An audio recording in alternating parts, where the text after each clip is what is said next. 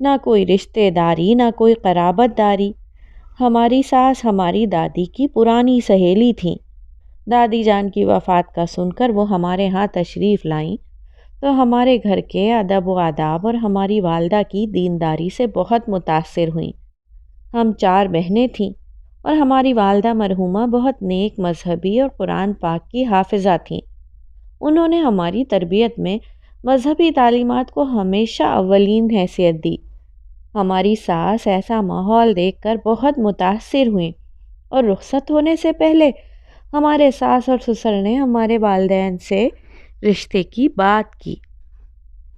آپ کے دادا علی گڑھ یونیورسٹی کے تعلیم یافتہ تھے، اس کے علاوہ خاندانی نواب تھے۔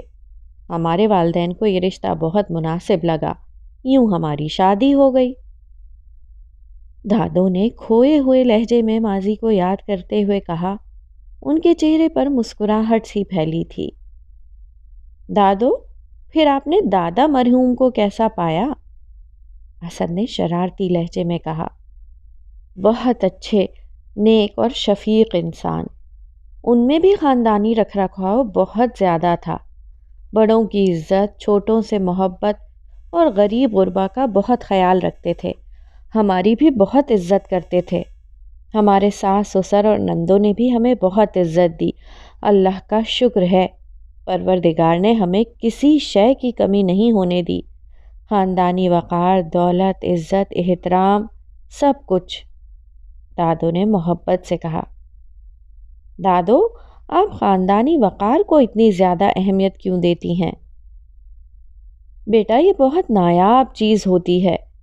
ہم خاندانی وقار سے صرف اعلیٰ حسب نسب مراد نہیں لیتے، بلکہ اس میں ادب و آداب، رکھ رکھاؤ اور انسانیت کا دکھ درد اور دوسروں کے لیے احترام بھی شامل ہے۔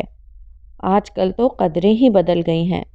لوگ اس کو خاندانی کہتے ہیں جن کے پاس زیادہ دولت ہوتی ہے اور جن کے پاس بڑا گھر اور سہولتیں ہوں، جبکہ ہم تو خاندانی اسے ہی سمجھتے ہیں جس میں اخلاقی قدروں، روایات کی پاسداری، اللہ اور رسول صلی اللہ علیہ وآلہ وسلم سے محبت اور انسانوں سے پیار ہو، چاہے وہ کتنا ہی غریب کیوں نہ ہو۔ بیٹا، اعلیٰ ظرفی بہت بڑی صفت ہے، اور جو اعلیٰ ظرف اور وسیع القلب ہوگا اس کے خون میں ایسی کشش ہوگی جو دوسروں کو ضرور اپنی طرف متوجہ کرتی ہے۔ دادوں نے محبت سے کہا۔ کیا آپ کے خیال میں ذکیہ آنٹی کا گھرانہ بھی خاندانی ہے؟ ہاں، کیوں نہیں؟ مولوی اکبر علی صاحب کی پورے محلے میں عزت تھی۔ بہت شریف النفس اور حلیم انسان تھے۔ قرآن و سنت پر عمل کرنے والے اور شریعت کے پابند تھے۔ ان کی بچیاں ذکیہ اور رقیہ بھی بہت دیندار تھیں۔ مولوی صاحب نے بہت اچھے انداز میں ان کی تربیت کی تھی۔ ہمارے ہاں ان کے گھرانے کو بہت قدر و منزلت سے دیکھا جاتا تھا۔ دادو نے مسکرا کر جواب دیا۔ دادو، آپ کا خاندانی فلسفہ بہت پیچیدہ ہے۔ آج کل کون ان چکروں میں پڑتا ہے؟ لڑکا لڑکی کو پسند کرتا ہے، شادیاں ہو جاتی ہیں۔ اتنا وقت کہاں ہے کہ خاندانی روایات کا خیال رکھیں؟ اور ویسے بھی لائف اتنی انسرٹن ہے، لمحوں میں کیا سے کیا ہو جاتا ہے، کون ان جھنجھٹوں میں پڑے؟ اسد نے قدرے بیزاری سے کہا۔ بیٹا، خاندانوں میں اسی لیے تو پیچیدگیاں پیدا ہو رہی ہیں۔ خاندان ٹوٹ رہے ہیں، طلاقیں زیادہ ہو رہی ہیں۔ لڑکے لڑکیاں صرف اپنی اپنی زندگیوں کو دیکھتے ہیں، انہیں صرف اپنی خوشیوں کی پرواہ ہے، اسی لیے وہ دوسروں سے کٹ رہے ہیں، اسی لیے لوگ ذہنی طور پر پریشان ہیں۔ اللہ نے خاندان اور قبیلے اسی لیے بنائے ہیں کہ لوگ جڑ کر رہیں، ایک دوسرے کا احساس، عزت اور پرواہ کریں۔ جن خاندانوں میں روایات ختم ہو جاتی ہیں وہ بالکل بکھر جاتے ہیں، اور ایک خاندان کی روایات کو چلانے والی عورت ہوتی ہے، یعنی گھر کی بہو۔ بہو پڑھی لکھی، دیندار، مذہبی شعور رکھنے والی ہوگی تو وہ اچھی نسل پیدا کرے گی، اپنی اولاد کو اچھی اخلاقیات دے گی۔ آج کل کی پڑھی لکھی لڑکیاں فیشنیبل تو ضرور ہیں، مگر ان میں مذہبی شعور ہے نہ اخلاقی قدروں اور اللہ کی حدود کی پاسداری۔ اس لیے ان کے اندر برداشت اور دوسروں کی غلطیاں معاف کرنے کا ظرف کم ہوتا ہے، لمحوں میں فیصلہ کرتی ہیں، طلاقیں ہو جاتی ہیں، گھر ٹوٹ جاتے ہیں اور بچے ذہنی طور پر پریشان۔ ایسی لڑکیاں باوفا نہیں ہوتی۔ اب آپ ہی بتاؤ، عورت اور مرد کے جذباتی فیصلوں سے اولاد ذہنی طور پر پریشان ہو جاتی ہے۔ ایسی منتشر ذہن اولادیں کیا خاندانی روایات چلائیں گی؟ اس لیے ہمیں بھی آپ کے لیے ایسی ہی لڑکی کی تلاش ہے جو تعلیم یافتہ اور مذہبی پرہیزگار ہو، جو اللہ اور بندوں کے حقوق جاننے والی ہو، جو صبر کرنے اور برداشت کرنے والی ہو، بھڑکتے شعلے کی طرح جذباتی نہ ہو، اس میں تحمل اور سمجھداری ہو، جو ہماری خاندانی روایات ہماری آنے والی نسلوں میں منتقل کر سکے۔ اور بیٹا، آپ بھی یاد رکھیے، جب تک خاندانوں میں بہوؤں کا انتخاب مذہبی اخلاقی قدروں پر ہوگا، خاندان کبھی منتشر نہیں ہوں گے۔ دادو نے سمجھانے والے انداز میں کہا۔ دادو، چاہے وہ کتنی بدصورت کیوں نہ ہو؟ اسد نے ہنستے ہوئے پوچھا۔ بیٹا، یہی تو بات ہے، آج کل معاشرہ منافقت کی ڈگر پر چل رہا ہے۔ یا تو آپ حسن و خوبصورتی کو پیمانہ بنائیں یا پھر اخلاقی قدروں کو، اور ویسے بھی شکل و صورت اللہ پاک کی بنائی ہوتی ہیں۔ عورت گھر میں خوش اور پرسکون ہوگی، اس کی سیرت اور اخلاق اچھا ہوگا تو قدرتی طور پر اس میں کشش پیدا ہوگی۔ ہماری نند زیب النساء کا رشتہ لڑکے لڑکی کو دیکھے بغیر دونوں خاندانوں میں طے ہوا تھا، اور ماشاء اللہ دونوں نے بہت خوش زندگی گزاری ہے، اس لیے ہم ان باتوں کو نہیں مانتے۔ دادو نے مسکرا کر جواب دیا۔ دادو، اس کا مطلب ہے آپ کو برقعے والی لڑکی چاہیے؟ اسد جان بوجھ کر گھما پھرا کر مومنہ کی طرف بات لانا چاہ رہا تھا۔ ارے بیٹا، ہم فیشن کے خلاف نہیں ہیں۔ ہماری ساس مرحومہ تو اللہ جنت الفردوس میں جگہ دے، ہمارے لیے پورے انڈیا سے قیمتی ملبوسات اور زیورات منگواتی تھیں۔ کم خواب، مخمل، زری، اطلس، حریر، ریشم، دیبا، بوس کی، سلک، شفون، نہ جانے کیا کیا کپڑے منگوا کر ہمیں دیتی تھیں۔ حیدرآبادی زیورات، مدراسی کنگن، بندے، بلکہ پورے انڈیا سے پہننے اور اوڑھنے کی خاص چیزیں منگوا کر ہمیں پہناتی تھیں اور ہمیں پہنے دیکھ کر خوش ہوتی تھیں۔ ہم خوبصورت، دیدہ زیب اور قیمتی لباس کے خلاف نہیں، مگر بیٹا، لباس کو لباس نظر آنا چاہیے۔ اللہ پاک نے اس کو جس مقصد کے لیے نازل کیا ہے، اس سے وہ مقصد تو پورا ہونا چاہیے نا۔ یہ نہ ہو کہ عورت لباس پہن کر بھی بے لباس نظر آئے۔ ایسے لباس معاشرے میں بے حیائی پھیلاتے ہیں اور اللہ کو بے حیائی سخت ناپسند ہے۔ ایسے لباس پہننے والیوں سے مرد جی تو بہلاتے ہیں مگر دل سے ان کی عزت نہیں کرتے۔ دادو نے سنجیدگی سے جواب دیا تو اسد کی نظروں کے سامنے علینا گھوم گئی، اور وقاص کی اس کے ساتھ بیہودہ حرکتیں کرنا اسے دادو کی باتوں میں وزن محسوس ہونے لگا۔ وہ گہری سوچ میں گم ہو گیا۔ اچھا بیٹا، آج ہم نے بہت باتیں کی ہیں۔ آپ جب بھی ہمیں ماضی یاد دلاتے ہیں، نہ جانے کہاں کہاں سے باتیں ذہن میں آ جاتی ہیں۔ اب عشاء کی نماز کا وقت ہو رہا ہے، ہم نماز ادا کرنے جا رہے ہیں اور پھر اپنے کمرے میں ہی سو جائیں گے۔ شب بخیر اور فی امان اللہ۔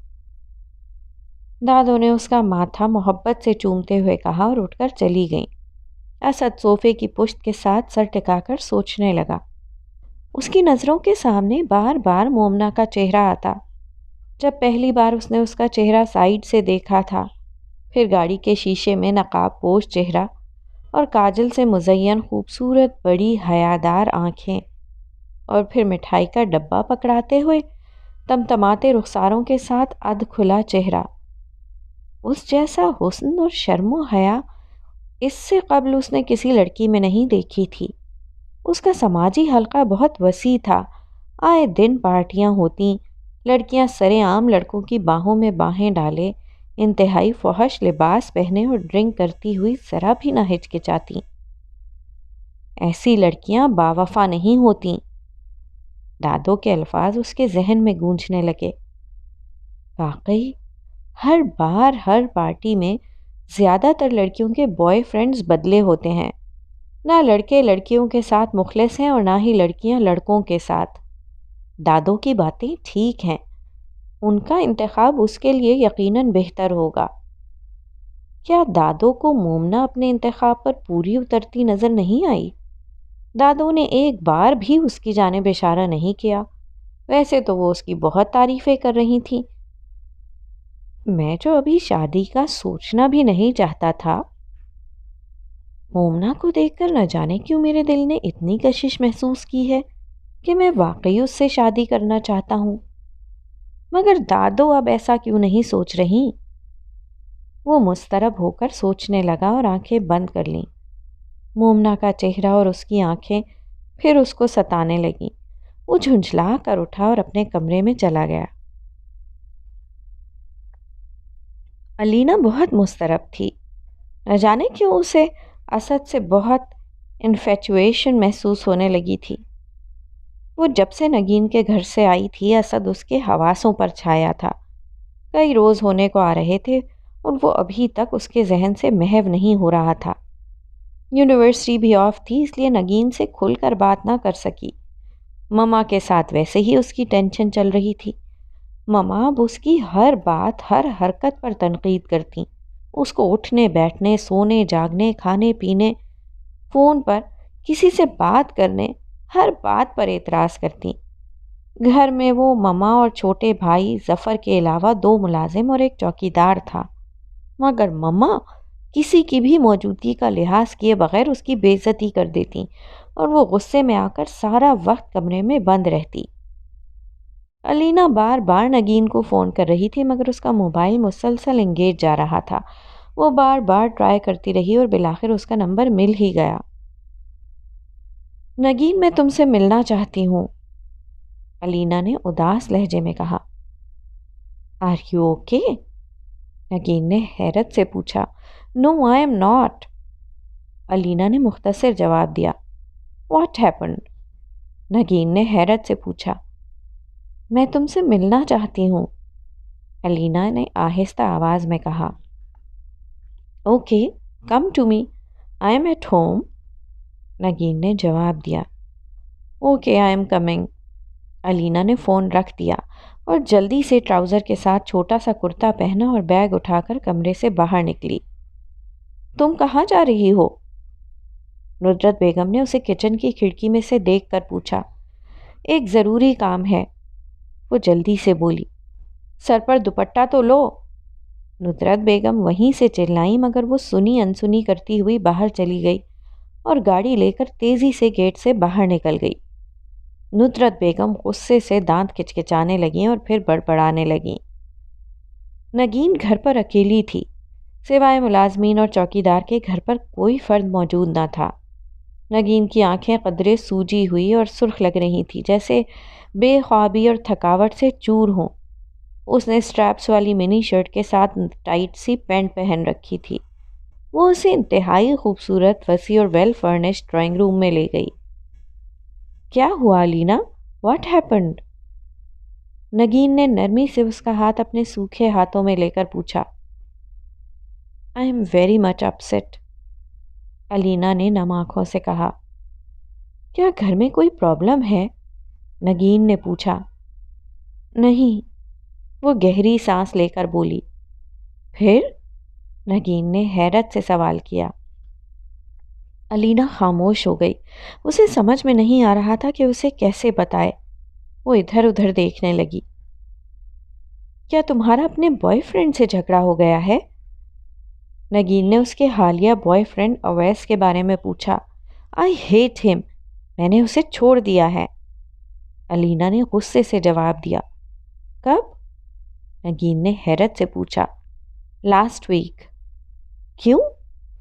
وہ مجھ سے فلرٹ کر رہا تھا، محبت نہیں، علینا نے آہ بھر کر جواب دیا۔ تمہیں کس نے بتایا؟ نگین نے حیرت سے پوچھا۔ اس نے خود، علینا نے نم آنکھوں سے جواب دیا۔ He is so bold but it is amazing, Nageen نے شستہ لہجے میں کہا۔ میرے ساتھ ہر بار ایسا ہی کیوں ہوتا ہے؟ پہلے جمی اور سلمان نے ایسے کیا اور اب اویس نے۔ نگین، آئی ڈونٹ نو میرے ساتھ یہ لوگ ایسا کیوں کرتے ہیں، میری فیلنگز کو ہرٹ کرتے ہیں۔ میں تو ان کے ساتھ سنسیئر ہوتی ہوں، پھر یہ لوگ آئی ڈونٹ نو ہر بار ایسا کیوں ہوتا ہے۔ الینا پھوٹ پھوٹ کر رونے لگی۔ Take it easy my dear, this is life, اور لائف میں ایسا ہوتا ہے۔ تم بھی ہر بوائے فرینڈ کو انجوائے کیا کرو، ان کے بارے میں سیریس مت ہوا کرو۔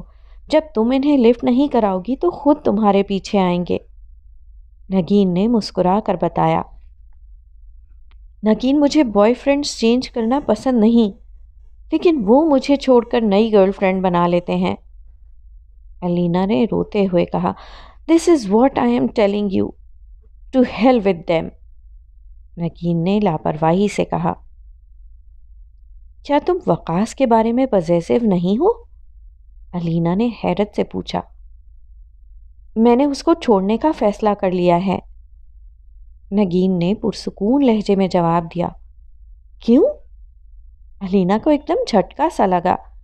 ہی از ناٹ فیئر مین، جب مجھے اس سے اچھا پارٹنر مل رہا ہے تو میں کیوں اس کے ساتھ شادی کروں؟ نگین نے پرسکون لہجے میں کہا۔ کون؟ الینا نے حیرت سے پوچھا۔ فاخر، ڈیڈی کے بزنس پارٹنر کا بیٹا ہے، امریکہ سے آیا ہے۔ پرسوں وہ لوگ ہمارے گھر آئے تھے، ویری نائس جینٹل مین۔ ڈیڈی کو بھی وقاص پر بہت غصہ ہے، نہ بزنس میں سیریس ہے اور نہ لائف میں۔ نگین نے قدرے خفگی سے کہا تو الینا حیران رہ گئی۔ 1 ماہ پہلے دونوں کی باقاعدہ منگنی ہوئی تھی۔ وقاص اس کا کزن تھا، وہ دونوں ایک دوسرے کو بہت پسند کرتے تھے، اور اب اچانک وہ وقاص سے متنفر ہو گئی تھی۔ مائی ڈیئر، زندگی بہت قیمتی ہے اور اسے نہ تو صرف ایک شخص کے لیے گزارنی چاہیے اور نہ ہی اس شخص کو زندگی میں آخری سمجھنا چاہیے۔ زندگی میں ایسے چانسز ملتے رہتے ہیں، پہلے جمی، سلمان اور پھر اویس، اب یقیناً کوئی اور بھی آئے گا۔ بی ہوپ فل۔ نگین نے پر امید لہجے میں مسکراتے ہوئے کہا تو الینا ہلکے سے مسکرا دی۔ Nageen, I am not hopeful and confident like you, Alina نے سرد آہ بھرتے ہوئے کہا۔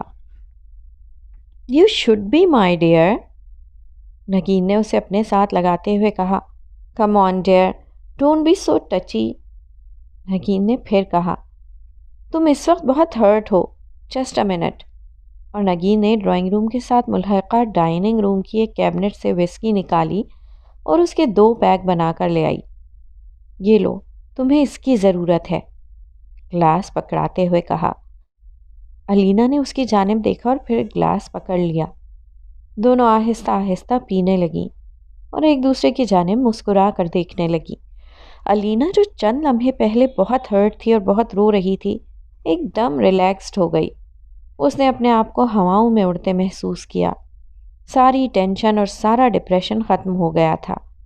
اس کی آواز قدرے بھاری ہونا شروع ہو گئی۔ اس نے صوفے کی پشت کے ساتھ سر ٹکا لیا۔ Nageen, I am in love with Asad, Alina نے مسکراتے ہوئے کہا۔